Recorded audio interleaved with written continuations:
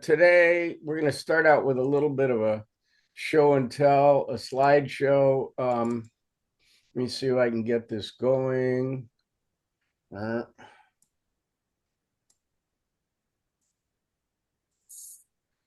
all right, you all see that? Yeah.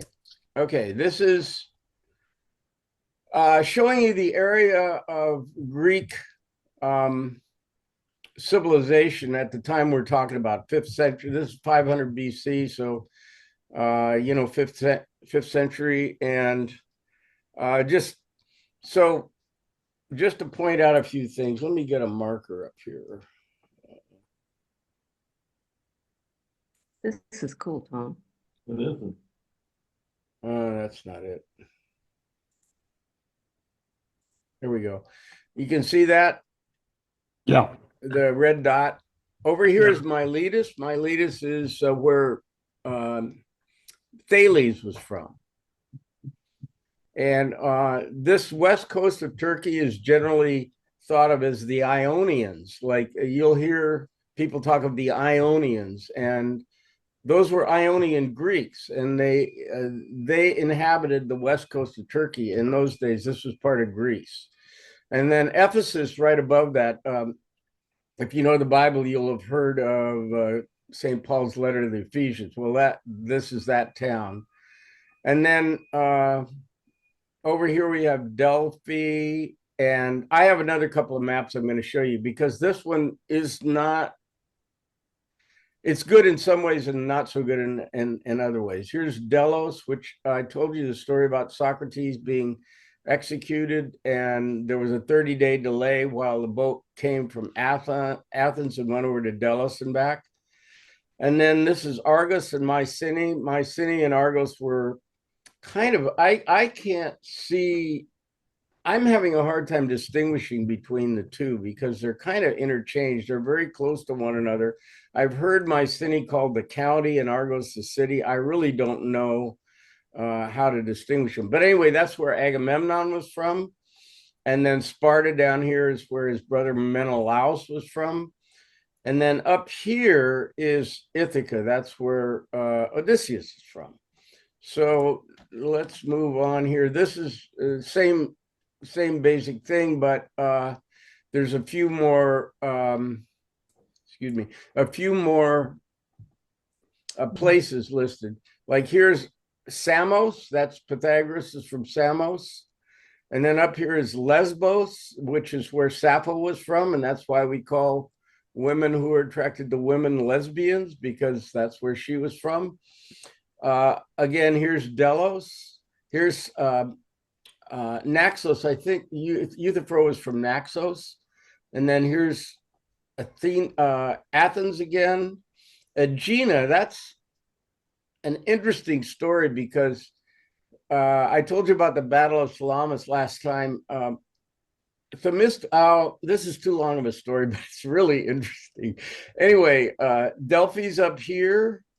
There's Argos again, and Mycenae is not to be confused with Messene, two different cities.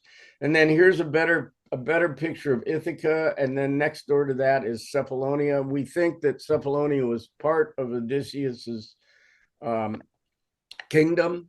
And then up here, of course, we have Troy, and Mount Olympus is up here. I'm going to show you a picture of Mount Olympus in a minute. So another one, here's Mount Parnassus, which is where Delphi is. So I'm kind of showing you the same stuff, but all these maps are slightly different in their detail.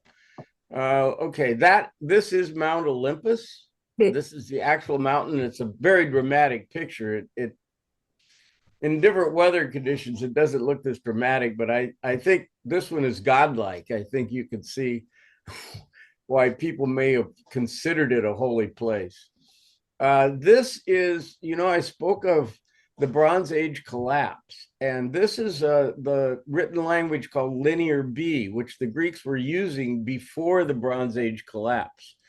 It's got very little to do with the alphabet we're familiar with, but anyway, this is what they were using, and then it fell out of use, and Greece became illiterate for 400 years, and this is that's called the Greek Dark Ages. So this is the alphabet we're familiar with, the Greek alphabet that we know. All right, this is the ruins of Troy that were discovered by Schliemann at the end of the 19th century, and I never seen a picture of what the ruins looked like before he discovered them. I mean, I suspect it was just a hill, and this is all a result of excavation by archaeologists, but I don't know that. I don't know what it looked like. But anyway, this is a more recent picture. There's a lot of pictures of it, and as I said before, it's still going under exploration. There's still a crew over there digging in the ruins of Troy, trying to figure out details. This is I may have mentioned to you that there's a book called a guy named Tim Severin who called the Ulysses Voyage, and what Tim Severin did was he oversaw the construction of a Bronze Age galley the best they could.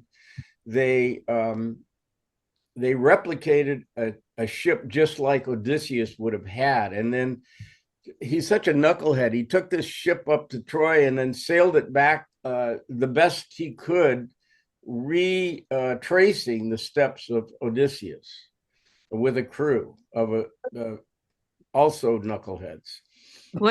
What year was that, Tony? Oh my gosh. I want to say it was in the 80s or 90s, 80s probably when he did this.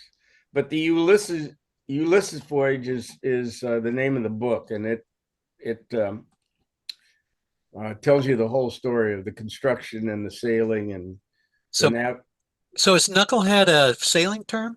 Yes. Actually, they're basically equivalent.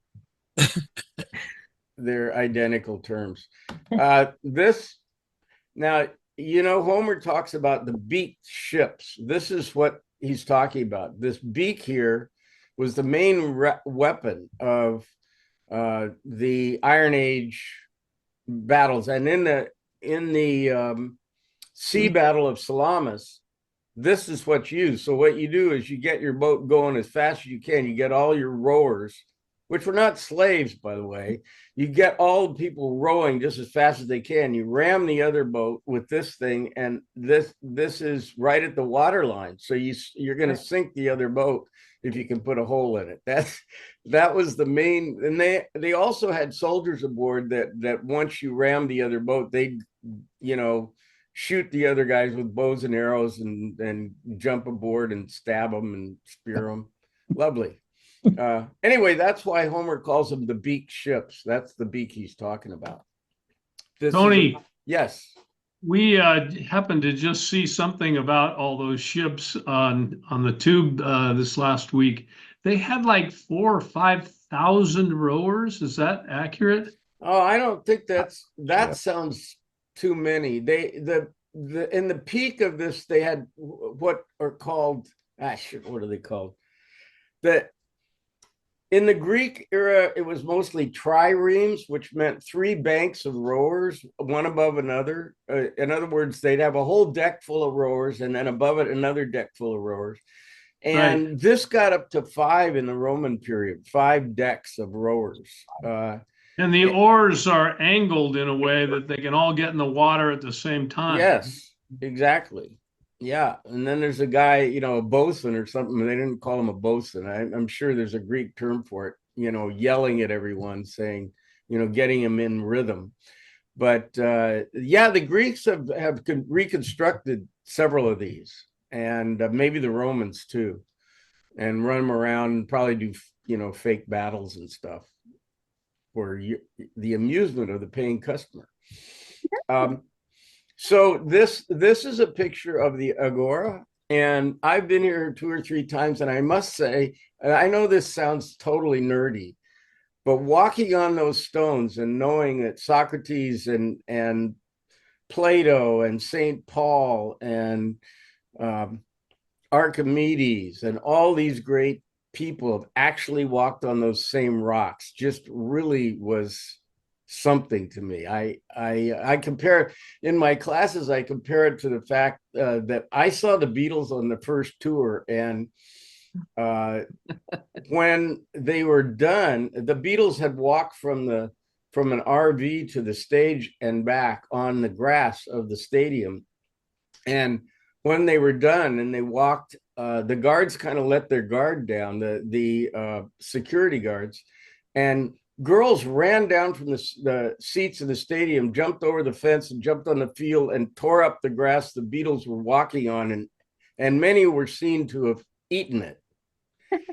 And I compare this to the feeling I had when I was walking on these stones. I was going, oh my God, because these are still there. Now, this building is, of course, rebuilt. But anyway, so that's the Agora where Socrates hung out and all these guys hung out. It's the main marketplace in downtown of Athens. And then up here on the hill, you see the Parthenon and the Acropolis. This is an artist rendering of the Acropolis in the era we're talking about. And we'll speak more about this later, but this is, of course, the Parthenon. Some by some authorities thought the most beautiful building ever built. This is just another view of the same thing from the other side. This is an aerial view of Delphi, the temple at Delphi. And I got a couple more pictures, but you see they had a great amphitheater here. This is the temple itself. And this is kind of looking, this is not the view, obviously, that you would see from the amphitheater. I have that view for you in a second. But anyway, that's the ruins of the Temple of Apollo at Delphi. This is, again, an artist's view of what it would look like in the day. Back in the day is a term that I really, for some reason, don't like. But back in these days, the reason I don't like it is not specific enough. Back in these days, and the temple was around for hundreds of years. It wasn't a flash in the pan thing, and it predated the period that we're talking about. It predated the 5th century. It was probably around in the 7th century BC. So the 5th century is when all the stuff starts to happen with Socrates and etc. So it was around forever. This is what it looks like today, and this is looking at from the same view you'd have from the amphitheater down into the valley there. The Greeks, if you travel there, you'll see that they really love their amphitheaters to be kind of overlooking a grand view, which makes you wonder how the actors felt about that. You know, we have our theatrical performances for the most part, except for the Raga, what was that called? The Raga Rap Down. That was outside in a temple. But we most have them inside most of the time have them inside in a theater, but the Greeks love these outdoor amphitheaters with a grand view beyond the performance. All right, I was going to say, I would think that would, since the plays then were philosophical things. Am I right? Well, not so much philosophical in the way we're going to be talking about it, but certainly they had religious and philosophical themes. Yeah. And it seems like maybe having them out like that sort of sets the stage in a greater sense. Well, that's a better way of looking at it than I had. I was thinking about the egos of the actors, you know. Oh, it's so much bigger than that. Yeah. So this is a picture of Mount Cynthus, and this is the mountain on Delphi, and supposedly Apollo and his sister Artemis were born on Mount Cynthus. And so this is the birthplace of Apollo. This is the place that the ship went every year to celebrate Apollo and give thanks and offerings and libations and sacrifices to Apollo. This is basically a contemporary view of what it looks like. They have not ruined this place in Greece with a bunch of t-shirt shops and souvenirs. So if you go there, unless it's changed from when I was there, this is kind of what it looks like. So the ruins are still there of all the temples and the dwellings on the island. This is looking down from Mount Cynthus. This here is the ancient port of Delos, the harbor, where it was kind of an important place. Delos was. It's not important. Well, it's ruins now, but it's not important now for commercial things or anything. But it was at the day, and it was also a big religious center. So Tony, is it known whether this is forested in the times when it was in use, or was it just as cleared as it is now? That's a damn good question. No, I don't know. I can tell you this, that the part of the Greek islands that are east of the Greek mainland are all dry like this. But the part that's west, which is where Ithaca is all wooded. That's today. And I don't know the answer to that. That's a very good question. I like that. But I'm sorry, I can't tell you. Maybe Chat GPT. I just can't get over how great that is. But it's not conscious. It's just a very, very good reference. Okay. This, Tony, yes. did you take, Tony, are these your photos? Some of them are. This one isn't. This is mine. This is mine. This is mine. That's not mine. I would have had to have been up in the sky or something.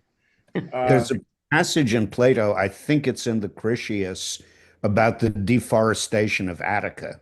So Plato already sees Attica as once having had much more forest than it had in his day. That's very interesting. Of course, we get the story of Atlantis from Plato in the Timaeus. Same dialogue. And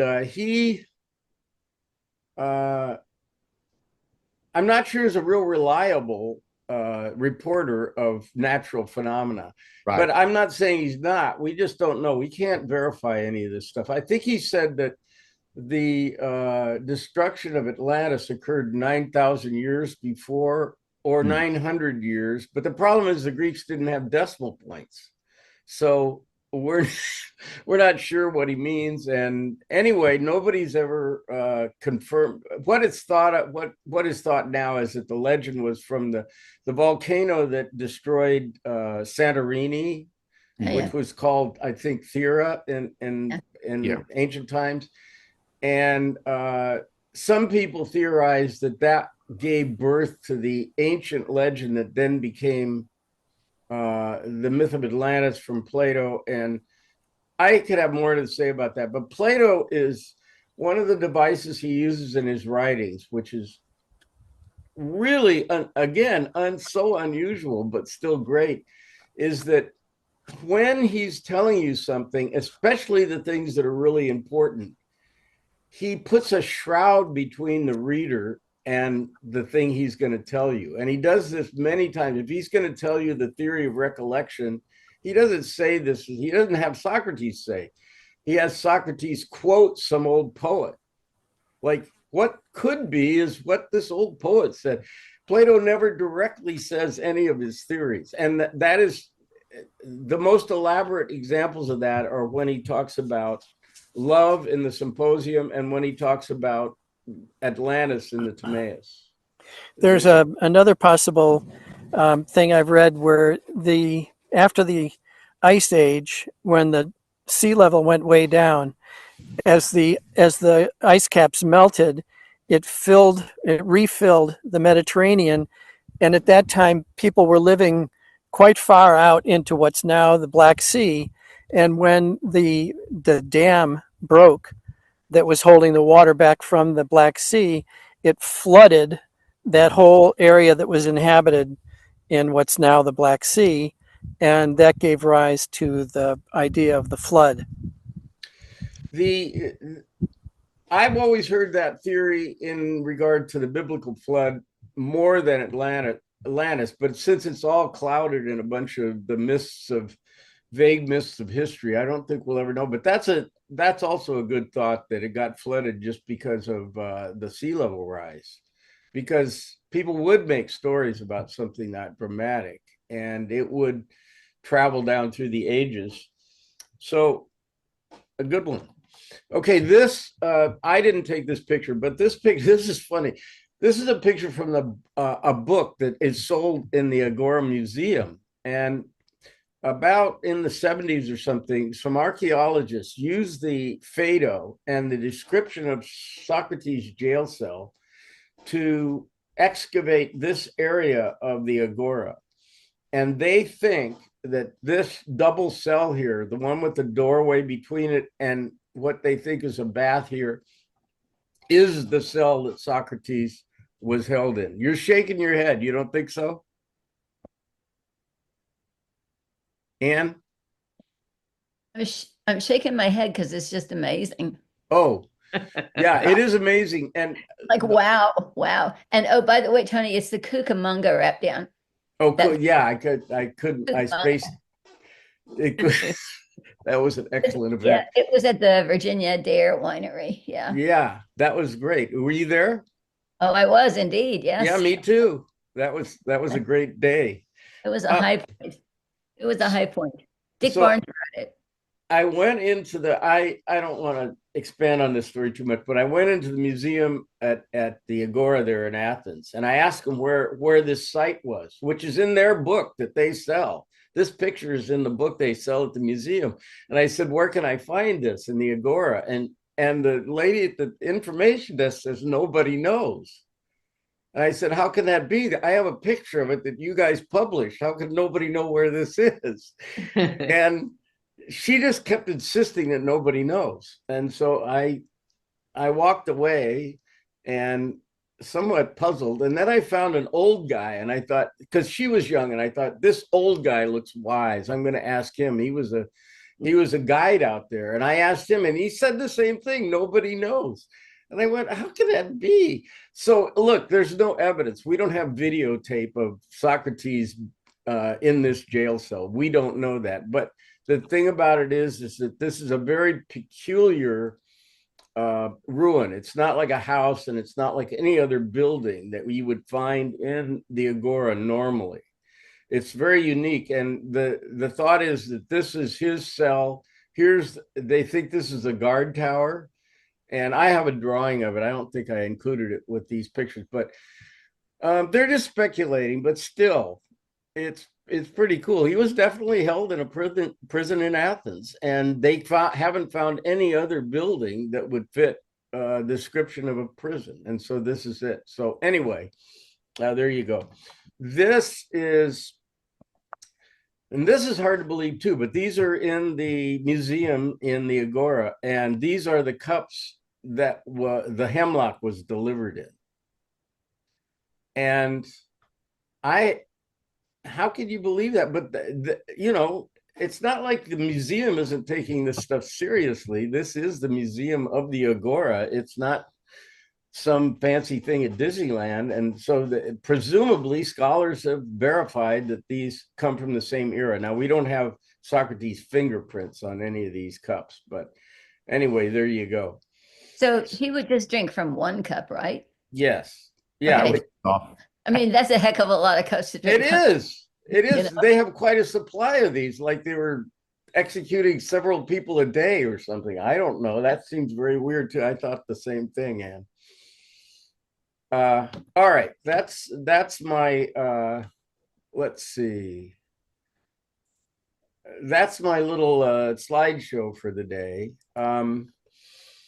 And that just gets us back to what I wanted to talk about. The first Socratic dialogue we're going to talk about is the Euthyphro. And for those who weren't here last time or don't remember, what the Euthyphro is Socrates meets Euthyphro on the steps of the court of the king Archon. The king Archon was where you went for an indictment. So if you were in trouble or you were charging somebody with a crime, you'd go to the king Archon, and it really was basically an indictment. proceeding. And it was determined whether there's enough evidence to hold you over. And so Socrates runs into Euthyphro and he asks him what he's there for. And Euthyphro says he's accusing his father of murder. And Socrates is shocked because, as I mentioned last time, you don't do this in Athens. The way the law worked was the family of the aggrieved was one that brought charges, not the family of the perpetrator. That's just completely upside down. And Socrates was shocked that this is what Euthyphro was doing. And yet Euthyphro was very confident that he was doing the right thing. And Socrates says, well, he's your dad. He didn't say dad. He was actually not speaking in English. But he said, this is your dad. How can you be doing that? And Euthyphro says, well, it's odd that you would think that their law should be applied differently if it's a relative than if it's a stranger. Of course, the law should apply equally to everyone. And my father has committed a murder.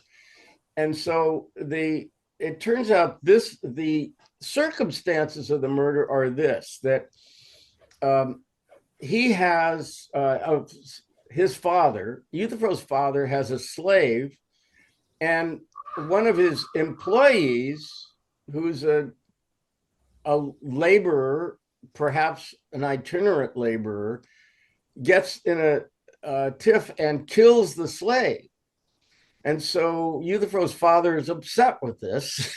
And he doesn't know what to do. So he binds the worker that did the killing, and he puts him in a ditch. And then he goes off to seek a religious counsel on how he should proceed. He doesn't know what he should do. And while he's gone, the guy dies. Now, Euthyphro is prosecuting his father for murder. And as you can see, the case itself is not really that strong because, first of all, the guy his father tied up was a murderer himself. And secondly, his father didn't intend to kill him. He just intended to hold him over until he could get advice on what to do, and the guy dies. And so Euthyphro is accusing him of murder. And Socrates is, oh, by the way, we don't know anything about this, but one of the common theories about it was a sensational case. And this is taken right out of the newspapers because everybody knew about it because it was so crazy. And that's just a theory. We don't know where Euthyphro is otherwise not famous. We don't know who he is. So anyway, Socrates says to him, I mentioned last time, Socrates himself has been accused of impiety and corrupting the youth of Athens. These are kind of very vague charges. The impiety charges because instead of worship, well, no, Socrates is basically does the right religious things. He's not a radical atheist or anything like that. In fact, the very last words he says when he dies is, we owe a sacrifice to Asclepius, which is variously interpreted. Asclepius is the god of healing. So he tells Crito that they owe him a sacrifice. And this has been interpreted as, it could be that he had a cold 2 weeks ago and Asclepius gave him a healing. But it also could be that Socrates is saying, I've been healed from the miseries of life. And so thank Asclepius for that. We don't know what Socrates meant. Anyway, he was a person who didn't disavow the religions of Athens. However, he had this voice in his head, which he called his demon. And this isn't one of the gods. It's not Zeus. It's not Poseidon. It's not one of the main gods. And so the fact that he had this god in his head that wasn't one of the legitimate gods is why he's being accused of impiety. And then the accusation of corrupting the youth of Athens. Well, Socrates had a habit of interviewing very famous people, and he'd draw a crowd of teenagers, and they would watch Socrates humiliate this guy, which they found very amusing. And some of them started to do the same thing, ask questions. All Socrates was doing was asking, as you know, he was just asking for a clarification, like, what is courage? What is justice? What is temperance? And he'd ask some famous guy, and the guy would get confused by Socrates' questions, and the kids found this amusing. So this was his corruption of the youth of Athens. That was what it amounted to. Wow. So he's been accused of these two crimes by Anytus, Lycon, and Miletus. These three guys have accused Socrates of corrupting the youth and blasphemy, essentially. And so he meets, they both are on the steps of the King Archon. And Socrates says, "What are you here for?" And Euthyphro tells him the story, and Socrates says, "Wow, that's so crazy that you, it's so outlandish that you would be accusing your father and charging him with murder. That's just not how things are done." And he says, "You must really know what you're doing, because you must understand the law in a very subtle way that's beyond me. And so if your knowledge is so great, maybe you can assist me in my defense by telling me what piety is, because I'm being accused of impiety, and you seem to really know what piety is, because you're doing something so outrageous that I can't even understand it." And so Euthyphro says, "Oh yeah, no problem, Socrates. I can clear that up for you. It's not an issue for me.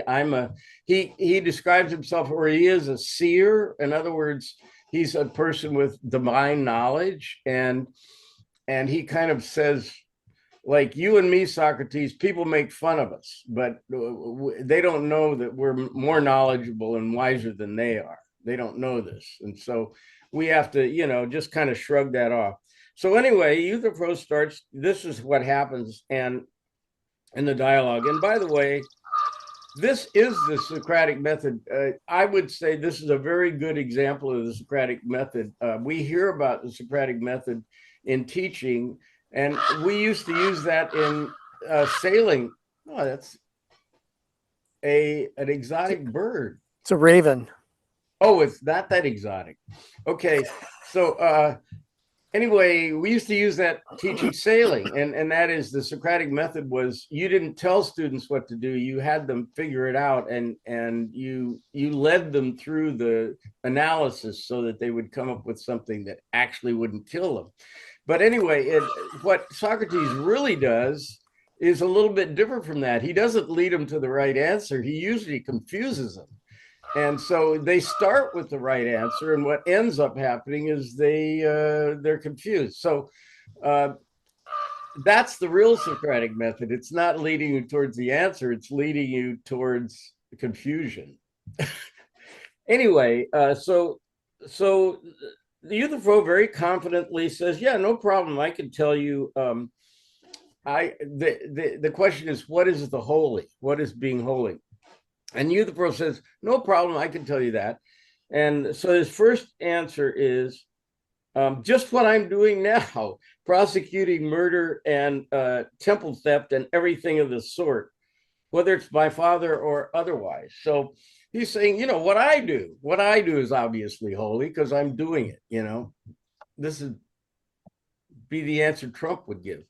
So Socrates says, "Well, that's not going to help me out because I have to defend myself. I can't just say Euthyphro's doing something holy. That's not going to do my case any good.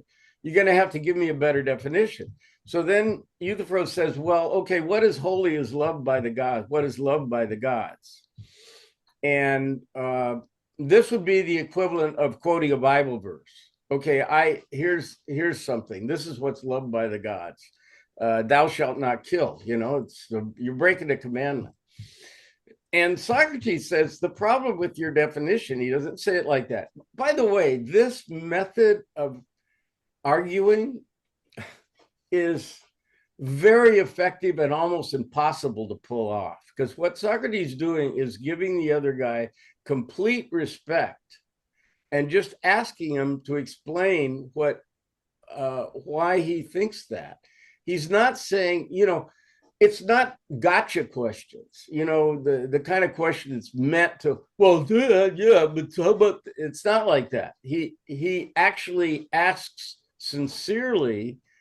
I believe, I like to read it that way. Some people think Socrates is being sarcastic, or ironic. I don't like to read it that way. I like to read Socrates as being a sincere guy, really asking humbly if you'll help me out here and help me with this.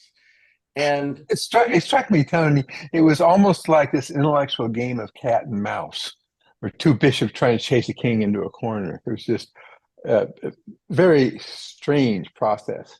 it is a strange process, but I like, you can read it any way you want. This is open to interpretation. But I don't like to read it as Socrates trapping somebody. I like to read it as him legitimately wanting to know the answer to the question. Because after all, he's asking experts, like I mentioned the lackeys last time. He's asking these generals what the meaning of courage is. These guys should be in the position to be experts about this question. And he asks them sincerely, can you help me out and define this? Okay, so anyway, he says, Socrates objects to this by saying, but the gods don't always agree, because there's many gods and they don't always agree. Now we can, a parallel to Christianity would be Bible verses don't always agree. A good example is an eye for an eye in the Old Testament and turn the other cheek in the New Testament. How am I supposed to reconcile these two ideas? They don't seem to be the same. And I view the Euthyphro as the very first example of theology in Western literature, because every theologian, now there isn't any theology now because there's no church or monotheism or anything like that. Theology comes later, but what Socrates is asking, what the Epicurus is going to ask later, is he's asking questions that will become a problem for theologians. And what theologians try to do is reconcile the apparent contradictions of Scripture with reason. And that's what they try to do. And that's why they're called apologists. A Christian apologist doesn't mean he's sorry that he's a Christian. He's not apologizing for being a Christian. The apologia in Plato and any Christian apologist, what they're doing is explaining the people that don't understand them. They're explaining how to figure this out. So what Socrates does here is he says, well, wait a minute, the gods don't all agree. And that confuses Euthyphro a bit. And then the next thing he says is, well, let's just assume they all agree. Socrates, we'll just, for the sake of argument, let's assume they all agree. But I still have a problem, which is, and this is called Euthyphro's conundrum or Euthyphro's dilemma. It's a famous problem. And the problem is, is the thing that's holy made holy because God loves it? Or is it holy and that's why God loves it? Because they're two very different answers. It sounds like just sophistry when you say, this is just a dispute about words, but it's actually a lot more than that. And I would compare it to Einstein's question of whether God had a choice in creating the universe, whether he could have done it without math or with some math that doesn't make any sense to us. That's Einstein's question about physics and cosmology. And this is Socrates' question about morality. Could God have a different set of morals than what we see?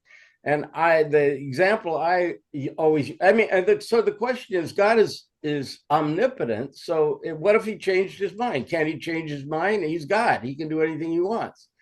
And so what if tomorrow he says, you know what, I'm going to add another commandment, which is thou shalt torture kitties. And we'd say, well, God's not going to do that. First of all, it's silly. And second of all, that's a horrible thing. God would never do anything horrible. And so the question is, why wouldn't he? If he's God and he's the ultimate source and whatever he says he likes, that's what we have to like. If that's true, then why can't he like anything he wants? Why is he bound by some other tradition or sense of morality? Because if he is bound by it, he's not omnipotent. I refer you back to the idea of Moira with the Greek gods. Moira was above the gods. The gods themselves could not break with Moira, which was fate and the structure of the universe. So what Socrates is asking here is God able to, just by liking something, make it holy? Or isn't it holy already? In which case, he's not omnipotent. You see the conundrum? I had one of my students was a very good student. He was an evangelical, and he wrote me like 15 years later. It's really, I was very honored that he even remembered who I was. He wrote me an email about 15 years later, and he says, "This still bothers me." You know, he was a very good student, and he understood the conundrum, and he said, "I haven't gotten over being bothered by this question," which I thought was very charming. Anyway, so what happens basically, yeah, Meredith, I just speak wanted up. to ask a question. It seems as though they're arguing over something that is, by its nature, ambiguous and not to be known as a black and white, either is or isn't kind of question. Well, Holiness, I mean, how can you say that holiness either is or isn't what someone says? Because people can differ in how they view it. And the gods differed in how they viewed something. So I don't know why we keep going back to this notion. When I was reading the first reading, I felt that Euthyphro was trying to bring his interlocutor down to the question of black and white. It's either black or it's white. And he couldn't think that way. And I don't think that way. I don't think black and white is the right metaphor to use for it. Socrates, Euthyphro offers these suggestions for a remember, Socrates is trying to get a definition that he can use for his own defense. And so Euthyphro says, well, what I'm doing, well, that's not going to work. And then he says, well, what the gods love. And then Socrates says, but the gods don't agree. So how can I use something the gods don't agree on? And I liken that to the different passages of the Bible. What you said about how can you know if somebody is right or not is, I refer you to the word epistemology. What is your evidence for something being right? And if you're a Christian, you're going to say, you're going to quote a Bible verse. And if that doesn't satisfy them, then what you're going to say is you just have to have faith, which is a non-answer. It's just, you know, I'm not going to talk to you. You don't understand what you're talking about kind of answer. Then, okay, the multiple gods won't work. So you have a single opinion of all the gods. And then Socrates says a question that really doesn't pertain to his legal case, which is it holy because the gods love it, or is it holy in itself? And that's why the gods love it. Now, I'm not sure this is a black and white kind of thing. I don't see it quite like that. I just see it. Socrates is going to, here's a Platonic assumption for you. When you have a word like holiness or piety or justice or wisdom, the assumption of Platonism, and this is a Platonic assumption, is that we know what that word means, so let's define it. In other words, if the word didn't mean anything, then we wouldn't understand each other when we said it. If we say, well, that's not just, then you must be acting on the basis of an understanding of what justice is. It's not like you say, that's not blah, blah, that's not a word. I wouldn't understand what you were saying. But if you say that's not just, I have an idea of what you're saying. And so what Socrates is always doing in all the dialogues is saying, okay, well, what do you really mean by that term? And when people are vague in their definitions, he's always looking for a definition. Like there'll be, I think in the Meno, which we're going to read, what happens is Meno gives him a bunch of examples of virtue. The question in the Meno is, what is virtue? And Meno starts giving him a bunch of examples. And Socrates says, well, I don't want an example. I want what is common to all of them. Because the implication is that if we use this word for all those different circumstances, there must be some unifying principle that we're applying because the same word applies. So that is Platonism. I mean, the Platonism is the assumption, which has been challenged in the 20th century, but it's the assumption that if we're talking about something and we all understand what we're talking about, how could it not have a meaning? How could it be meaningless? And if you say, well, okay, I don't agree with you, your idea of justice is not my idea of justice, which is what you're saying, Meredith. It's not black and white. One person can have one opinion and one person can have another. What you're saying is that there's no real thing such as justice. It's just your opinion and my opinion. And Socrates wants to deny that. He wants to say, no, there really is something called justice. There really is something called beauty. There really is something called truth. And it's not just everybody's opinion, which is relativism. I refer you back to Protagoras, who said it's just everybody's opinion. And then that's why Socrates is and Plato are so focused on mathematics, because it seems to be an area that you can't dispute. It's absolutely true.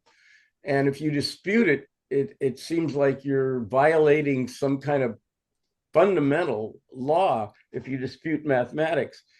And that's why on the outside of the academy, of Plato's academy, it says no one who doesn't know geometry should enter here, because geometry he considers the epitome of truthfulness, something that's really true that we don't question. And that's what he's trying to get through in all areas of life. That's what Plato's trying to get to.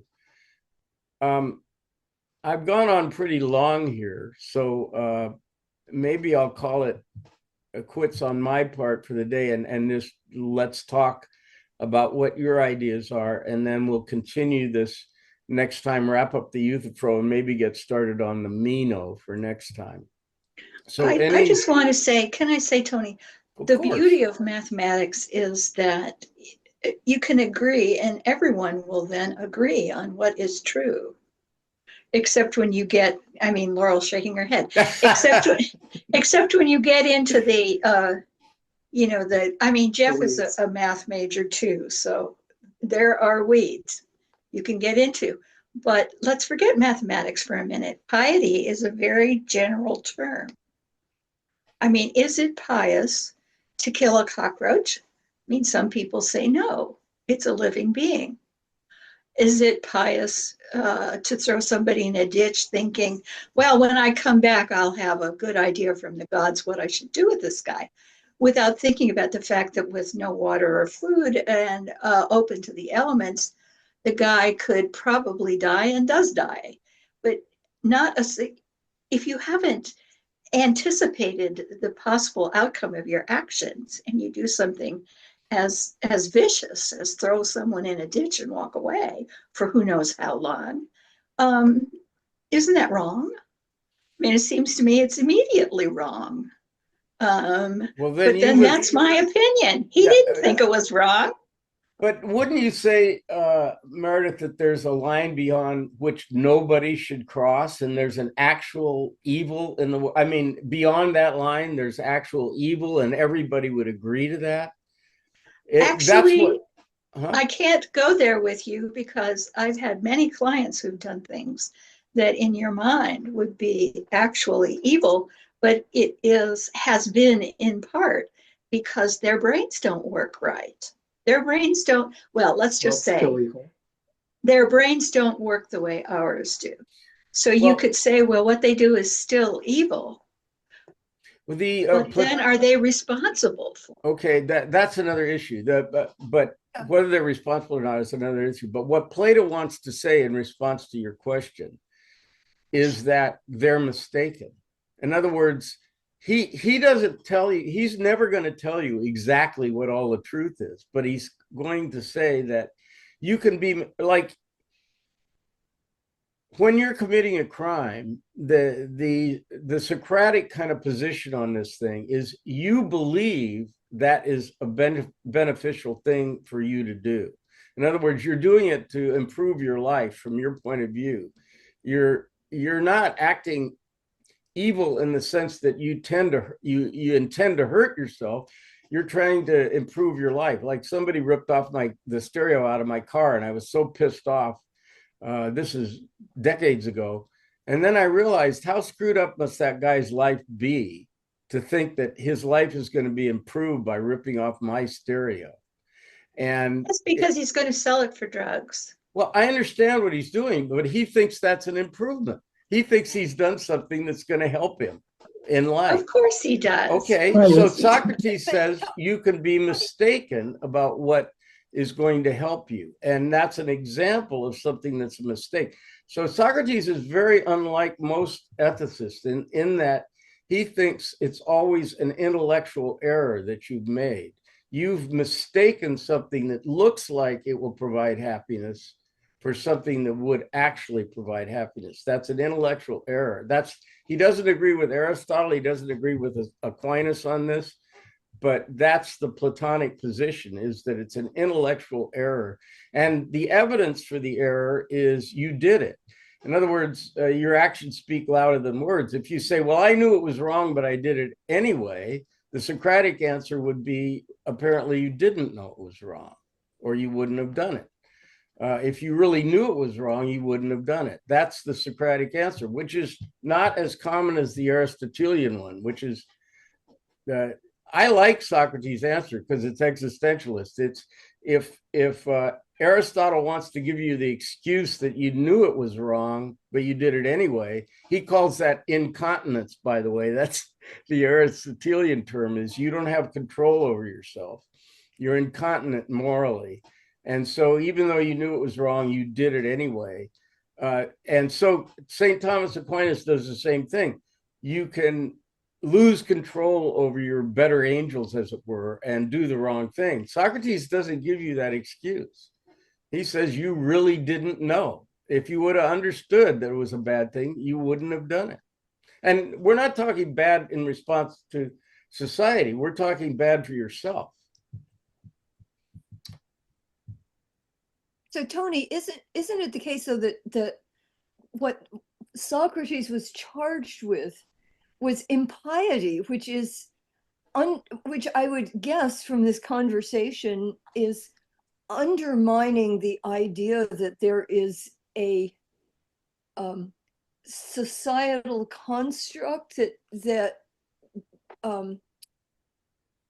lays out, whether he's actually being charged with saying mean, unkind things about the dogs, irreligiousness. It's not clear to me that the crime that the city or the was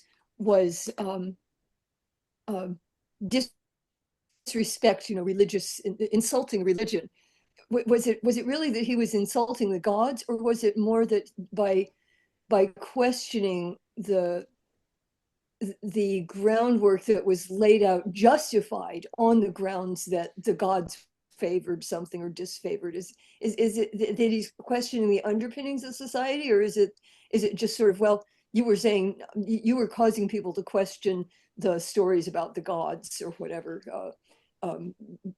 challenging the Bible inerrancy, as it were, only in the Greek mythology version?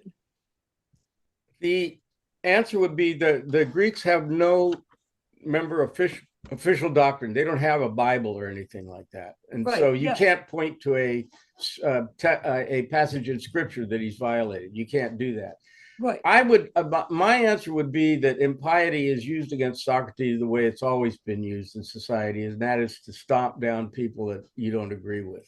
And that's always been the case, whether you're burning a witch or whether you're beating up somebody that's homosexual. It's impiety is a good vague charge to say, I don't like you. So in a way, this whole conversation is about something that's trying to define a term that is perhaps not really definable anyway. And is that part of the point that if that it's almost as it were a circular definition that there's, they go back and forth. The gods love it, and that you can't say, do the gods love something because it's virtuous, or is it virtuous because the gods love it, and piety has sort of descends from all that. So this conversation it's an interesting conversation, but it isn't really what the trial is about. Okay, the Socrates will never give up the idea that there is something called justice, and he will never give up the idea that it's just a matter of opinion. But he never comes to a point where he says, this is what it is. And I suspect that's what most of you think, that I don't think most of us think there's no such thing as justice, and the ideas of Trump are just the same and no different and have no better standing than our ideas. I don't think many of us are going to take that kind of position. The ideas of ISIS and so forth are on an even plane with Martin Luther King. I don't think people are going to say that. So the implication of all of us, we feel passionately there is something called justice. And all Socrates is saying is, well, let's sort it out then. What is it that we're talking about? Because the alternative is to say there isn't any. It's just a matter of opinion. Somebody just raise their hand or something, or maybe wave goodbye. So yeah, the Socratic faith, as it were, I would call it faith, is that there really is something called justice, and there really is something called beauty. And it's kind of hard to deny this. And so all he's saying is, well, let's figure out what it is. And this has, we're still working on this in the 20th century, by the way. I can talk about that, but we'll get to some of that maybe later. I see that Doug has a quote over here from Bertrand Russell. Do not be envious of do not feel envious of the happiness of those who live in a fool's paradise, for only a fool will think that it is happiness. This is a Platonic idea. The idea is that you can think you're happy, and you can. What Socrates says someplace, and I don't recall where right now, is that we don't want to have the illusion of happiness. We don't want to give the impression of happiness. We want to be actually happy. That's a different thing. We could have a big car and a fancy car and a big house and a nice family and a big career and be famous. And we could have all of the elements of happiness, but that doesn't mean we actually are happy just because it looks like we are. So Socrates is trying to say, okay, well, then what is happiness? And he doesn't really try to define that one, but but others will. Epicurus will, for example.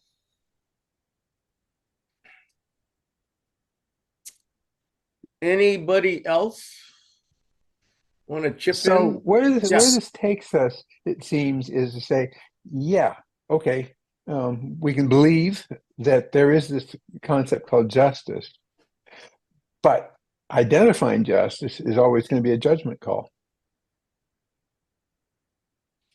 Yeah, this is what the Republic, Plato's Republic, is addressed to that question. What is justice?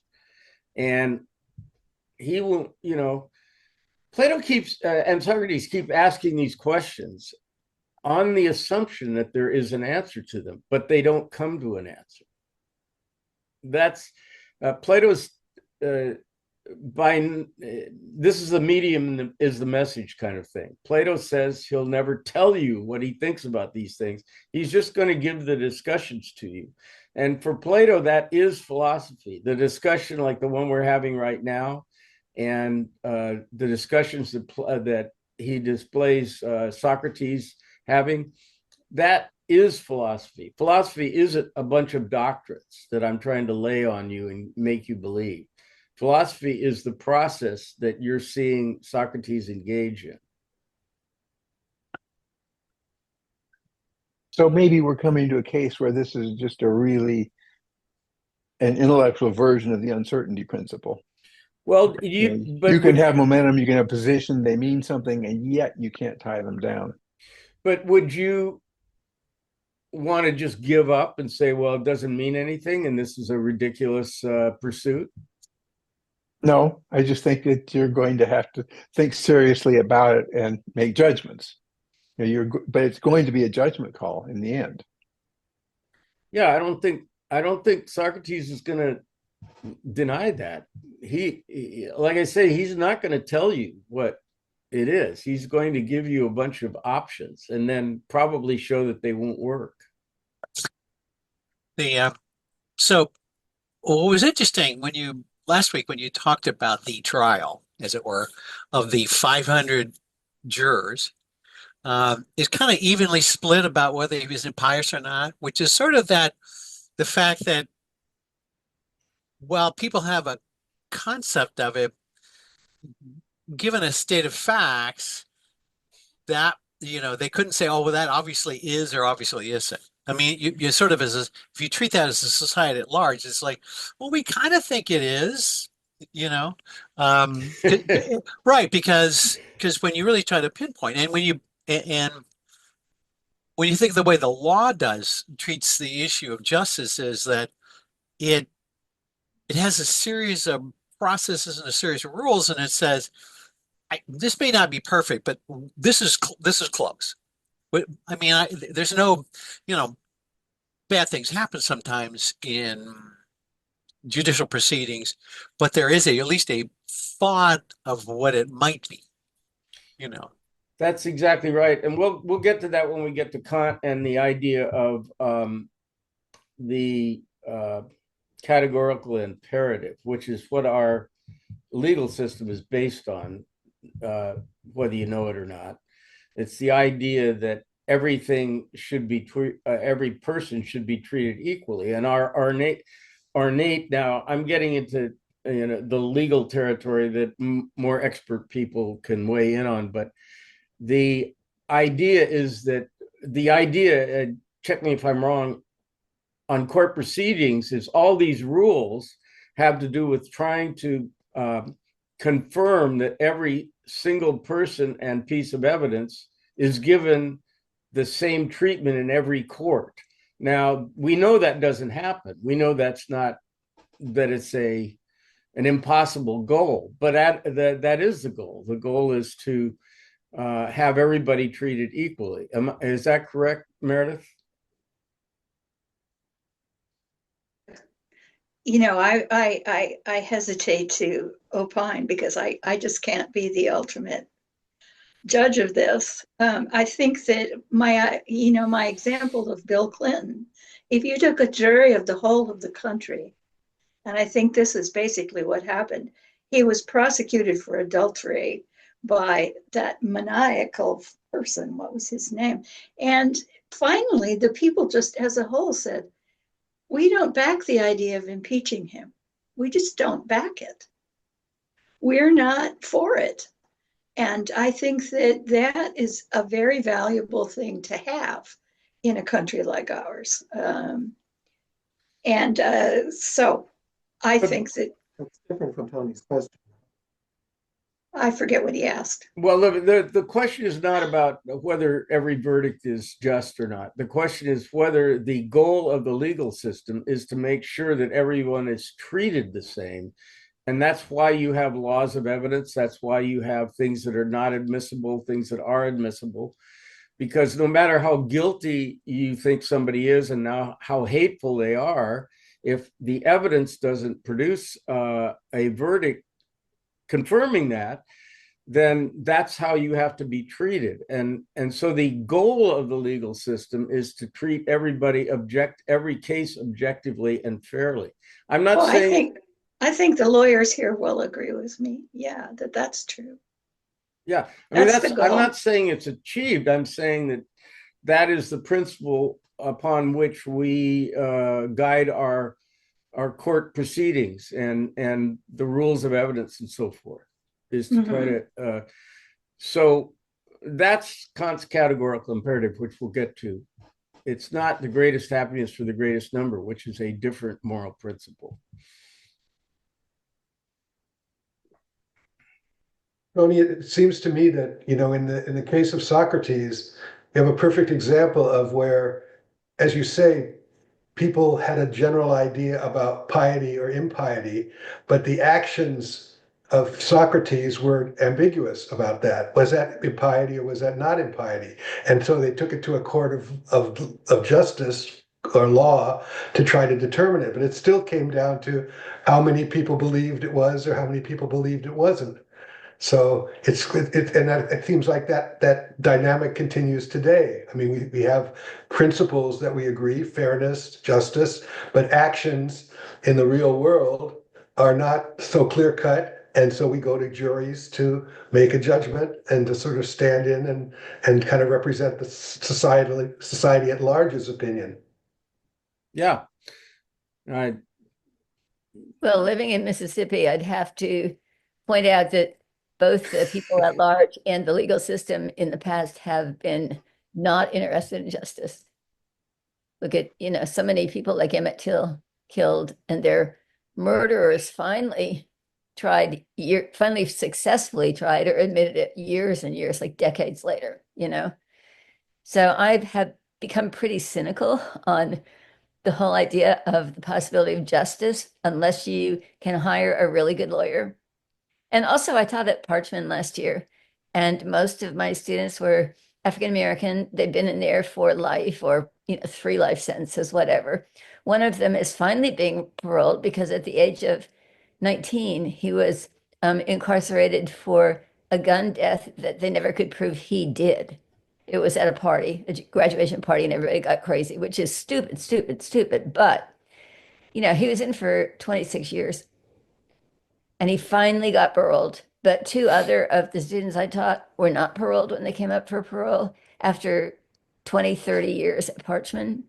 So that's what I'm saying is that I have a jaundiced view of the legal system here in Mississippi, which is still pretty iniquitous in many ways. It depends on very much who you are, how much money you can spend. And if you're white, it really helps. Well, the idea that you can criticize the justice system for not being just means that you have an idea of justice in your mind. That's exactly what it means. Otherwise, you would say, "Oh, well, it's just their opinion. It's good as anybody else's opinion." But you find it violates your notion of justice. So that means you have a notion of justice. I do have a notion of justice, but a lot of people don't. Well, that's kind of the dilemma of federalism versus, having national government laws. If you allow each state to determine its own interpretation of laws, you have the risk of violating the general principle that you're trying to achieve. And so it's kind of, what the Civil War was all about. But Yeah. it's also true, though, that individual states may offer more protection or a more true. just system than nationally. So the national laws, the fugitive slave law was a national law, but individual states chose not to enforce it in some cases. So I guess the core question then is, how do you define justice? I mean, from a mathematical standpoint, I like the idea of exchangeability, that at least as a bottom line, that it should treat people equally. But then there's also beyond that a question of whether that treatment is fair in some way or just. So, but it certainly should not be the case that the Mississippi principle that says, if you're white, especially if you're a white male, you get different treatment, and if you're rich and white, you get a better treatment than if you're poor and white, and that violates the underlying exchangeability principle, but then beyond that, you could treat everybody horribly. And I don't know. I mean, I'm sort of struggling with this whole thing at the moment. I have my little list here of hero judges and just added another one, but it's my sense of what I consider to be appropriate use of the courts to enforce just actions. So I am sure that there are people like Trump and his cronies would label my little list of judges as people who are being unjust. But I like my list. I like my list. And that's the end of it. I like my list. The one of the problems with affirmative action or related things like DEI is that both sides actually have legitimate moral arguments. The affirmative action thing tries to right wrongs. In other words, if I burn down your house, I ought to pay to have it rebuilt. And then the other one is, well, I didn't burn down your house. That was done by my father, and I'm just going to treat you like I treat everybody else. And so the idea of equal treatment before the law is violated by affirmative action. But on the other hand, affirmative action is an attempt to make up for past infractions on that principle. So that's one of the really gnarly things about that issue. And to be fair, if you always want affirmative action, you're being a racist too, because you say, well, women and minorities can never act as smartly and successfully as males, so we always have to give them a helping hand, which is, we don't want to take that position. So then at one point there's going to be, and we're in the middle of it right now, there's going to have to be a transition from when you treat everybody, where you treat previously disadvantaged people in a way that can absorb them into the greater society. And at one point you have to say, okay, that's been done and you're on your own, because that leads to treating everybody exactly in the same way. So those are both valid moral principles, and they're in conflict right now. We're in maybe a transition phase that probably humanity will never leave between treating everybody fairly and not. Well, this has gone on for a long time, which is a great pleasure to me to have everybody chipping in and enlightening me. So next time, Tuesday, we'll start talking about the Meno, another one of the dialogues, and finish up on Euthyphro, maybe another couple of comments on Euthyphro, and then the Meno. We'll head into that. And eventually a picture of what Plato was up to will emerge, I hope, from this process. All right. Great. Thanks, Tony. Thank you, Tony. So we'll see you guys next time. Yep. All right. All Bye. right. Thank you. All right. Thank you, Tony.